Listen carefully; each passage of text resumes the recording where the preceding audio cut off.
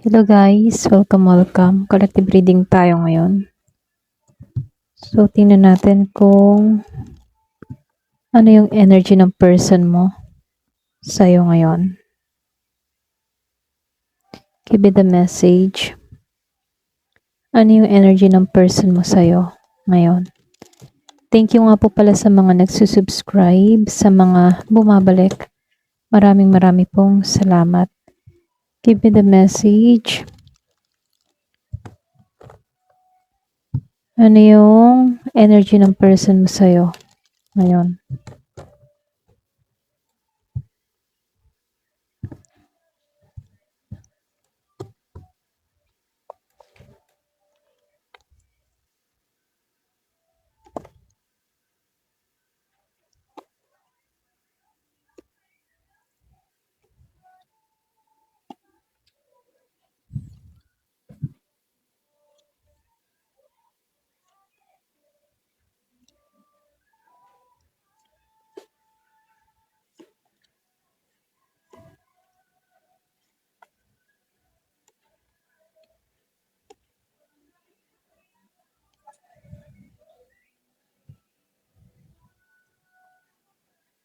Ayusin ko lang.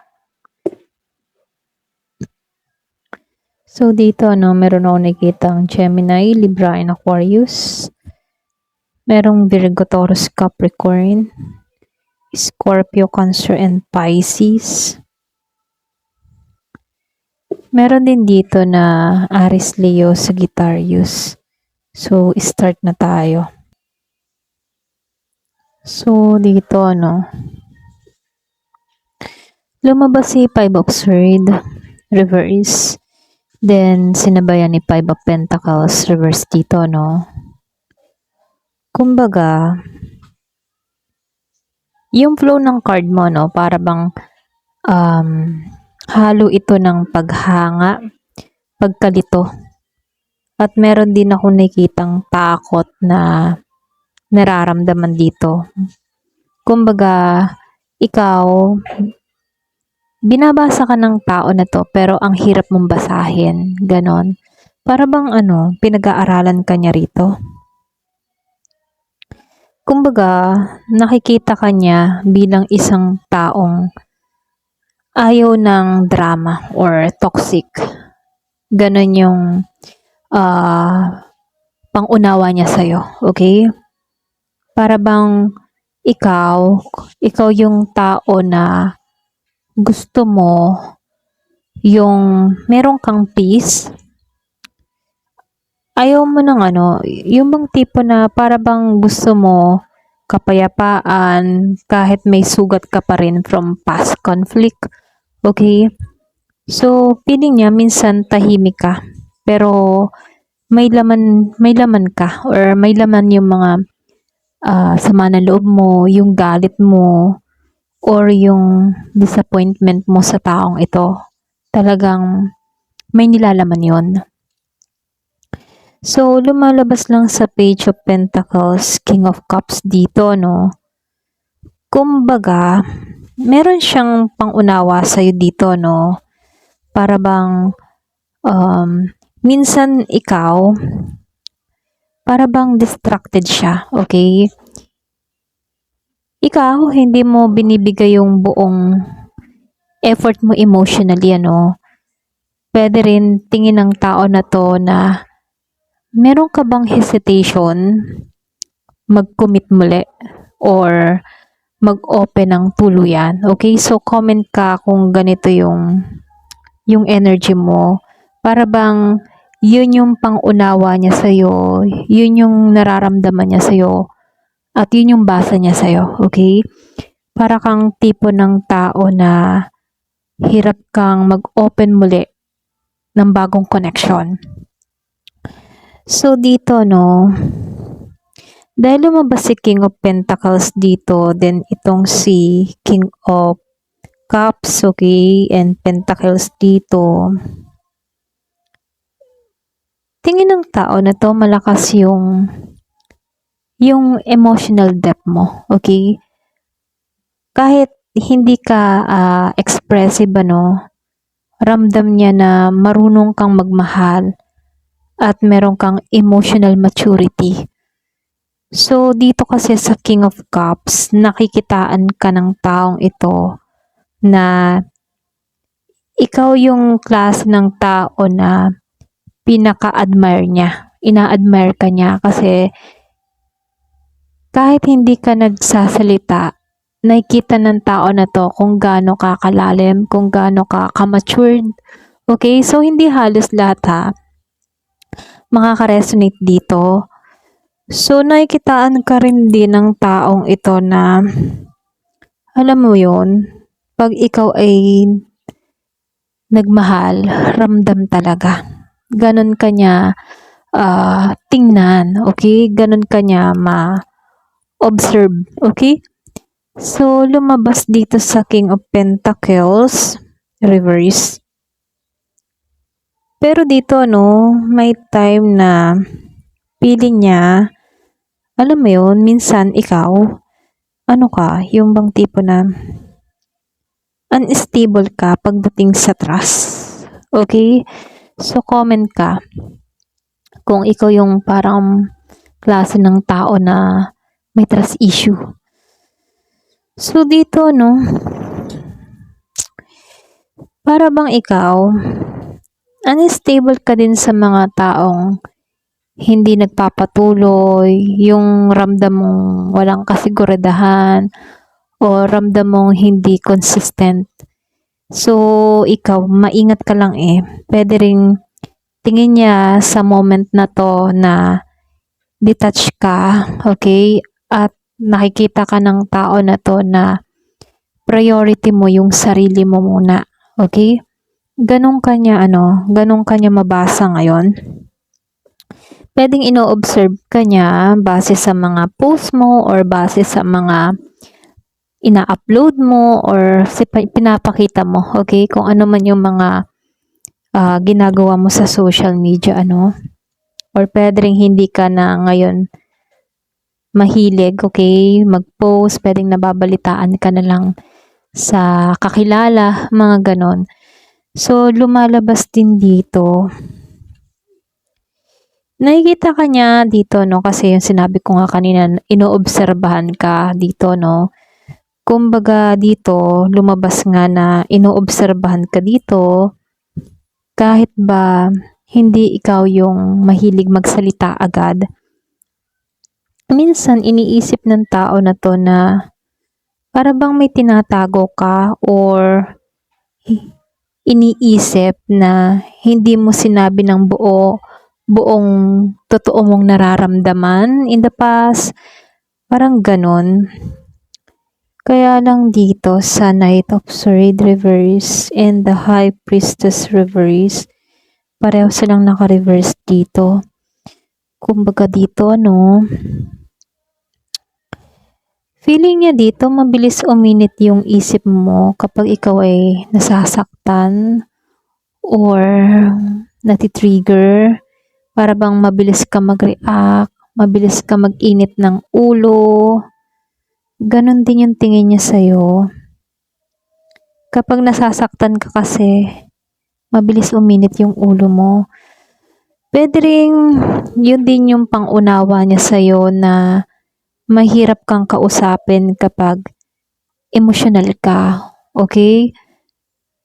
So, dito sa The High Priestess, ano, sobrang mysterious ka ngayon. Okay? Ganon ka niya makita. Para sa kanya, ikaw yung klase ng tao na very mysterious ka. Hindi niya ba ma-figure out yung kung ano ba talaga yung iniisip mo? Minsan, iniisip niya dito na may kinikimkim ka o hindi mo sinusunod yung intuition mo. Kaya dito, no, sa Hermit Reverse, pareho to, no? Parehong malakas yung intuition ng High Priestess and the Hermit pero naka-reverse siya. So, dito, no, nakikitaan ka ng tao na to na nag-withdraw ka ng emotion sa kanya. Para bang may tendency na ikaw na yung mismong umiwas or puwede ring nanahimik ka or sabihin nag-isolate ka, okay? Kumbaga in-isolate mo yung sarili mo kapag ikaw ay nasasaktan, gano'n ka niya tingnan ano.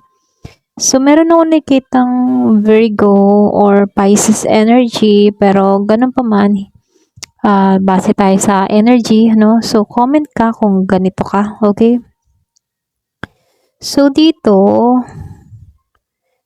ramdam ng tao na 'to na marami kang iniisip or puwede ring itong tao na 'to marami siyang iniisip gabi-gabi. Kumbaga dito tingin niya or puwede ring ikaw, tingin mo sa taong ito marami siyang iniisip, tingin mo marami siyang anxiety, overthinking, silent pain. Kumbaga may mga gano'n 'tong tao na 'to, kung sino man 'to ano, yung bang hindi niya pinapakita sa iba na sobrang naapektuhan din siya. So, lumalabas din dito 'no, Ten of Pentacles upright. Ito yung mahalaga kasi alam mo yun, sa kabila ng mga pinagdadaanan ninyo, nakikita ka niya pa rin na pangmatagalan. Hindi nawawala yun ano, sa mga dati ko ring reading. Merong tao dito na kita ka niya na pang long term, pang matagalan, pang habang buhay, ganun. Ganun kanya nilalarawan ano. Hindi ka lang basta attraction sa taong ito. Nakikita ka niya bilang isang white material or stable future energy, ganon. Para bang ikaw yung masasabing stable sa hinaharap, ganyan. So, dito, Knight of Wands, upright, then Six of Pentacles, reverse, ano. So, dito nakikitaan ka ng tao na to na para bang malakas ka, magnetic ka, para bang malakas yung aura mo, physical, o yung tipo na ganun ka niya tingnan ano, tingin niya exciting ka pag kasama ka, confident ka, mahirap i-ignore yung presence mo. Para sa kanya ha, nahihirapan siyang i-ignore yung katangian mo, ganun. Kasi dito ano, Six of Pentacles reverse, feeling niya hindi naging pantay ang lahat, okay? Hindi naging pantay siya sa pagbibigay at pag yung parang give and take, hindi naging pantay yun. Kumbaga, pwede rin, tingin niya dito, siya yung mas nagbigay emotionally or pwede rin kabaliktaran, ikaw yung nagbigay emotionally, ano? Kung sino man yung nagbigay ng sobra-sobra. So, ngayon, nauunawaan ng tao na to na meron siyang mga pagkukulang. Ayan. So, lumalabas din sa the Star upright, ano, isa ka sa mga taong masasabing nagbibigay ng hope sa kanya. Pwede nung nagsasama kayo, isa ka sa taong nagbibigay ng advice para sa kanya. Isa ka sa taong sumusuporta sa kanya. Kumbaga kahit marami siyang mga pinagdaanan before ano, isa ka sa taong tumulong para maayos yung sistema niya. So dito no, isa ka ring inspirasyon sa taong ito. Mas na-idealize niya yung image niya sa'yo ngayon, okay? So, lumabas si Justice, Knight of Cups, and the King of Swords upright. So, may part sa kanya dito, no? Yung bang tipo na feeling niya, hindi siya naging patas, merong unresolved issue sa pagitan ninyo, pwedeng merong misunderstanding na hindi na itama or hindi na i-address ng maayos, ano. Kaya dito, nakikita ka niya na pwedeng emotionally guarded ka, para bang gusto mong para bang gusto mong magmahal pero natatakot ka ng magmahal muli. Ganun yung nakikita niya sa'yo.